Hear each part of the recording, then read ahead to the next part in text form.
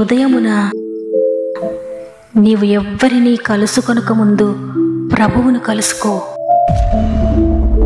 నీవు ఎవ్వరినీ చూడకముందు ప్రభువును చూడు. నీవు ఎవ్వరితో మాట్లాడకముందు ప్రభువుతో మాట్లాడు. నీవు దేనిని వెదకకముందు ఆయన రాజ్యమును నీతిని వెదకు.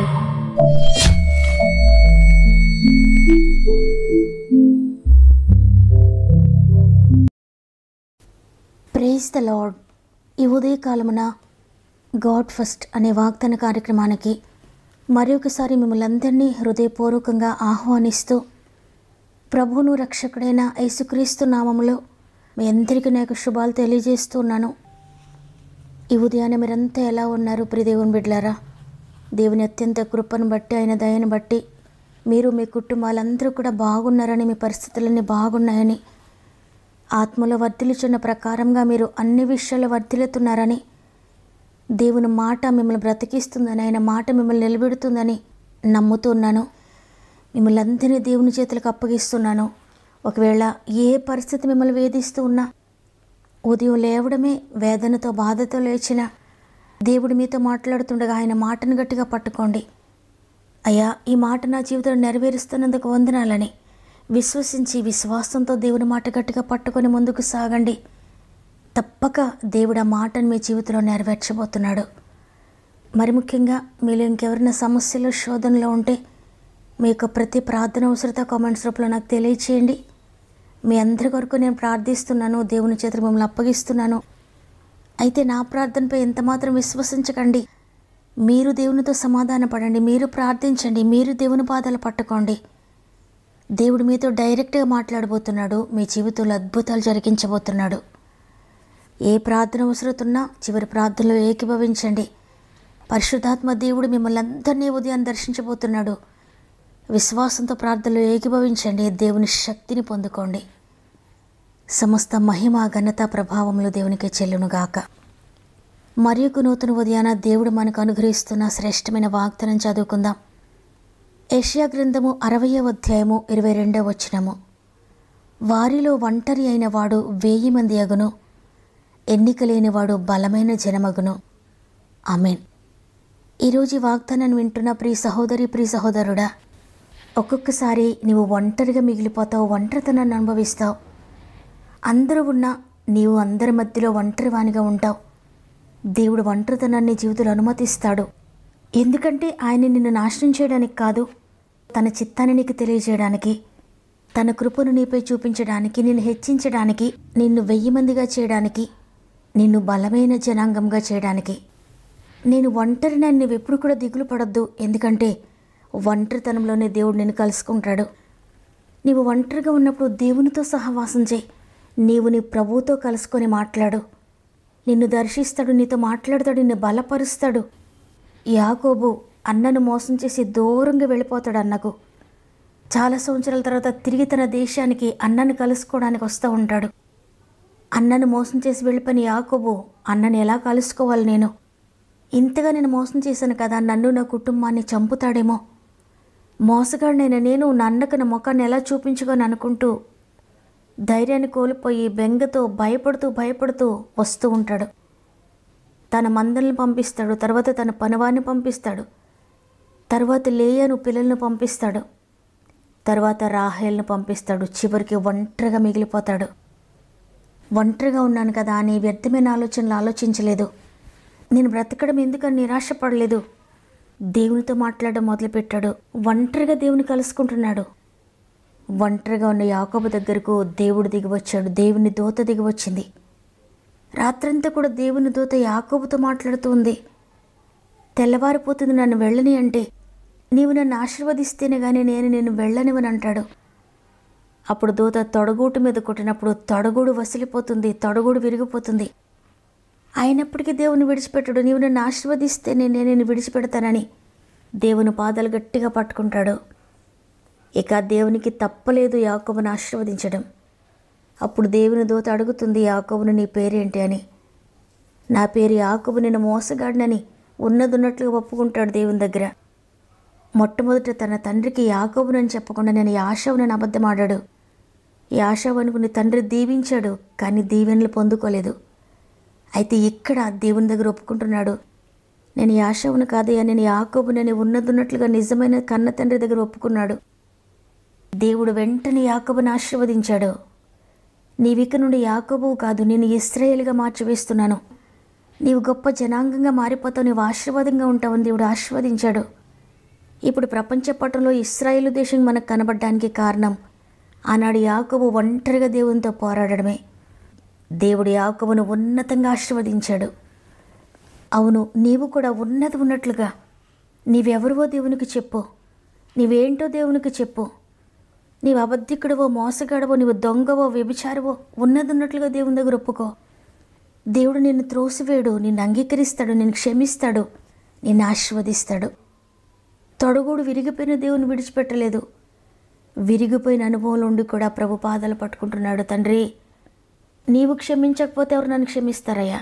నీవు ఆశీర్వదించకపోతే నన్ను ఎవరు ఆశీర్వదిస్తారయ్యా? నా జీవితానికి నీవే కారణం, నా ఆశీర్వాదానికి నీవే కారణం, నా యొక్క భవిష్యత్తుకు నీవే కారణం, నా సమస్తానికి నీవే కారణమని ప్రభు పాదాలు పట్టుకుంటాడు. అద్భుతకరమైన ఆశీర్వాదాలు పొందుకున్నాడు. ఈ లోకంలోనే కాకుండా నిత్య జీవంలో కూడా స్థానం సంపాదించుకున్నాడు. బైబిల్ గ్రంథంలో అనేక సార్లు దేవుడు తన ఐడెంటిటీని చెప్తూ ఉంటారు. నేను అబ్రహాము దేవుడను, నేను ఇస్సాకు దేవుడను, నేను యాకోబు దేవుడనని. ఎంత అదృష్టాన్ని పొందుకున్నాడు యాకోబు. దేవుడు దీవించేంత వరకు దేవునితో పోరాడాడు. అందుకే దేవుడు అంటున్నాడు, నీవు మనుషులతోనూ దేవునితోనూ పోరాడి గెలిచావని. ఈరోజు ఈ మాటలు వింటున్న నీవు కూడా విరిగిపోయిన పరిస్థితులు వెళ్తున్నావా? యాకోబు వలె విరిగిన పరిస్థితిలో ఉన్నా కూడా దేవుని పాదాలు పట్టుకో. విరుగొట్టబడిన స్థితిలో నీవు ఉంటే తప్పకుండా నీవు ఆశీర్వదించబడతావు. ఎందుకంటే విరిగి నలిగిన పరిస్థితుల్ని దేవుడు లక్ష్యం చేస్తాడు. నీ విరిగిపోయినప్పుడు, నలిగిపోయినప్పుడు, ఒంటరిగా ఉన్నప్పుడు మనుషుల దగ్గర ఏడవకుండా, మనుషుల దగ్గర నీ బాధ చెప్పుకోనకుండా దేవునితో పోరాడు. నీ ఒంటరితనాన్ని దేవునితో గడుపు. దేవునితో షేర్ చేసుకునే బాధ అంతటినో ఆయన నిన్ను ఆశీర్వదిస్తాడు. నీవెవరివో ఉన్నది ఉన్నట్లుగా ఆయన దగ్గర ఒప్పుకో. ఆయన తప్పకుండా నిన్ను ఆశీర్వదిస్తాడు. అప్పటికి నీవు ఒంటరిగా ఉండవు, 1000 మందిగా మారిపోతావు, బలమైన జనాంగంగా మారిపోతావు. ఆనాడు యాకోబు ఒంటరిగా దేవునితో పోరాడి ఇశ్రాయేల్గా మారిపోయాడు. ప్రపంచమంతటిలో ఒక ప్రత్యేకమైన దేశంగా ఇశ్రాయేల్ దేశాన్ని మనం చూస్తున్నాం ప్రస్తుతం. చిన్న దేశమే అయినప్పటికీ కూడా అన్ని విషయాల్లో గొప్పదిగా ఉంది ఇశ్రాయేల్ దేశం. ఎందుకంటే దేవుని చేత ఆశీర్వదించబడ్డాడు యాకోబు. యాకోబు ద్వారా వచ్చిన సంతానం అంతా యాకోబుని బట్టి ఆశీర్వదించబడ్డారు. కాబట్టి ఈరోజు ఈ మాటలు వింటున్న ప్రియ చెల్లి, ప్రియ తమ్ముడు, ప్రియ అక్క, అన్న, మీరు కూడా విరుగొట్టబడిన అనుభవంలో వెళ్తున్నారా? నలిగిపోతూ ఉన్నారా? ఒంటరిగా ప్రయాణిస్తూ ఉన్నారా? నాకెవ్వరూ లేరని, ఈ ఒంటరి బ్రతికి ఎందుకయ్యా, ఎవరికి ఉపయోగం అవుతుందయ్యా అని నీ ఒంటరితనాన్ని బట్టి నువ్వు నిరుత్సాహపడొద్దు. దేవుడు నేను 1000 మందిగా చేయబోతున్నాడు, బలమైన జనముగా చేయబోతున్నాడు. ఆయన ఇస్తున్న వాగ్దానాన్ని గట్టిగా పట్టుకొని దేవుని సన్నిధిలో పోరాడండి. తప్పకుండా నీవు ఆశీర్వదించబడతావు. నిన్ను బట్టి నీ కుటుంబాలు తరతరాలుగా, నీ జనాంగం అంతా కూడా ఆశీర్వదించబడుతుంది.